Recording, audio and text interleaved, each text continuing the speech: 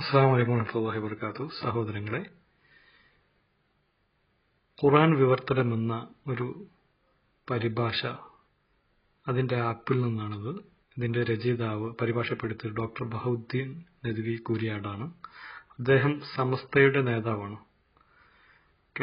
Samastha Kerala Jamiyyathul Muallimeen general secretary, തെളിച്ചം മാസിക, സന്തുഷ്ട കുടുംബം മാസിക, ചീഫ് എഡിറ്റർ, സുപ്രഭാതം ദിനപത്രം, അങ്ങനെ തുടങ്ങിയ വിവിധ പദവികൾ വഹിക്കുന്ന സംസ്ഥയുടെ ഉന്നത നേതാവായ ഡോക്ടർ ബഹൗദ്ദീൻ കൂരിയാട് പരിഭാഷപ്പെടുത്തിയുള്ള അതിന്റെ തഫ്സീർ, അതിന്റെ പരിഭാഷ ഗൂഗിൾ പ്ലേയിലും ഒക്കെ അവൈലബിൾ ആണ്.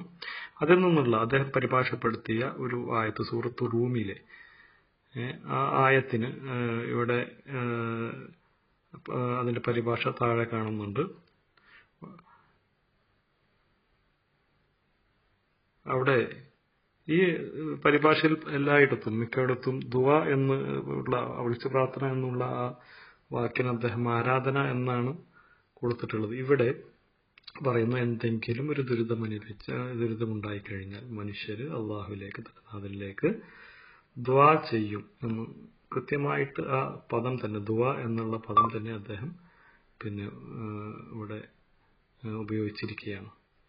അങ്ങനെ ആ പ്രാർത്ഥന, അങ്ങനെ ആ ഒരു ദുരിതം നീങ്ങിക്കഴിഞ്ഞാൽ മനുഷ്യർ വീണ്ടും അതൊക്കെ മറന്ന് ശിർക്ക് ചെയ്യും എന്നുള്ളതിനെ കുറിച്ചിട്ട് വ്യക്തമായിട്ട് പറയുകയാണ്. ഇവിടെ അദ്ദേഹം അത് ബിംബങ്ങളെയാണ്, മക്കത്തെ മുശ്രിക്കുകളെ ഉപേക്ഷിച്ച് ബിംബങ്ങളെ എന്നാണ് പരിഭാഷപ്പെടുത്തിയത്. പക്ഷെ ഇപ്പോ ഇക്കാലത്ത് ഞങ്ങൾ മുസ്ലിങ്ങൾ ആയിട്ടുള്ള ആളുകളുടെ ഇടയിൽ തന്നെ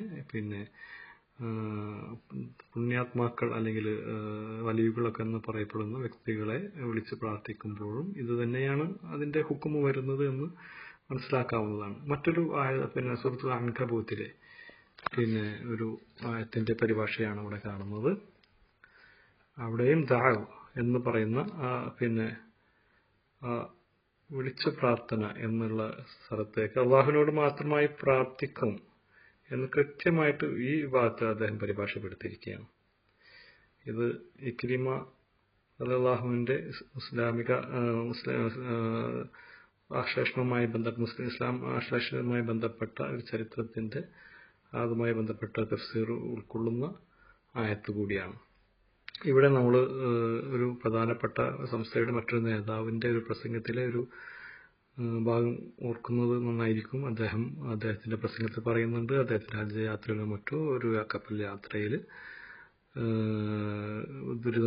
ഇതുപോലെ ദുരിതമുണ്ടായപ്പോൾ അദ്ദേഹം ബദരീങ്ങളെ വിളിച്ചു തേടിയതായിട്ടുള്ള ഒരു പ്രസംഗം പലപ്പോഴും നിങ്ങൾ കേട്ടിട്ടുണ്ടായിരിക്കും. പക്ഷെ ഇവിടെ വ്യക്തമായിട്ട് അതിലെ പറയുന്നു തഫ്സീറിൽ, ഇക്രിമ റളിയല്ലാഹു അൻഹു ഇതുപോലുള്ള സന്ദർഭത്തിൽ ഇനി അള്ളാഹു മാത്രമേ രക്ഷയുള്ളൂ എന്ന് എല്ലാ ആളുകളും അട്ടഹസിച്ച സമയത്ത് അദ്ദേഹം ചിന്തിക്കുകയും അങ്ങനെ നബിയുടെ അടുത്ത് വന്ന്, റസൂലുള്ളാഹി സ്വല്ലല്ലാഹു അലൈഹി വസല്ലമയുടെ അടുത്ത് വന്ന് അദ്ദേഹം ഇസ്ലാം സ്വീകരിക്കുകയും ചെയ്തു. ഇതിൽ നിന്ന് നമുക്ക് വ്യക്തമായ പാഠം ഉൾക്കൊള്ളാനുണ്ട്. മറ്റൊരു സൂറത്താണ് സൂറത്തുൽ ലുഖ്മാനിൽ. സൂറത്തുൽ ലുഖ്മാനിലും ഇതേ ഒരു വിഷയം തന്നെയാണ് പറയുന്നത്.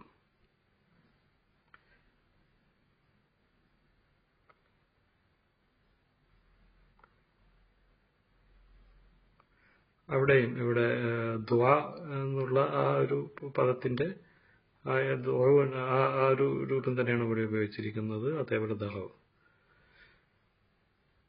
രണ്ടായത്തുകളിലായിട്ട് അതിന്റെ പരിഭാഷ ഇവിടെ നമ്മൾ ശ്രദ്ധിച്ചു കഴിഞ്ഞാൽ മനസ്സിലാവും.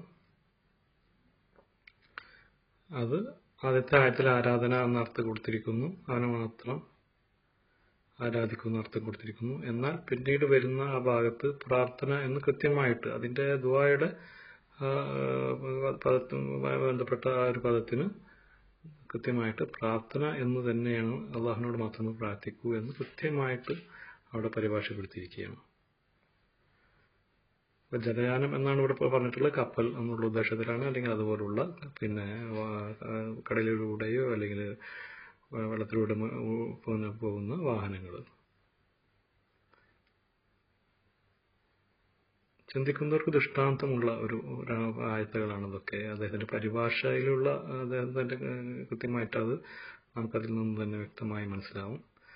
അപ്പോൾ സഹോദരങ്ങളെ, ചിന്തിക്കുക, അള്ളാഹുവിനോട് മാത്രം പ്രാർത്ഥിക്കുക, പ്രാർത്ഥനയിൽ അള്ളാഹുവിനോട് മറ്റുള്ളവരെ പങ്കുചേർക്കാതിരിക്കുക. സത്യം മനസ്സിലാക്കണം. അള്ളാഹു നമ്മളെ അനുഗ്രഹിക്കട്ടെ. അസ്സലാമു അലൈക്കും.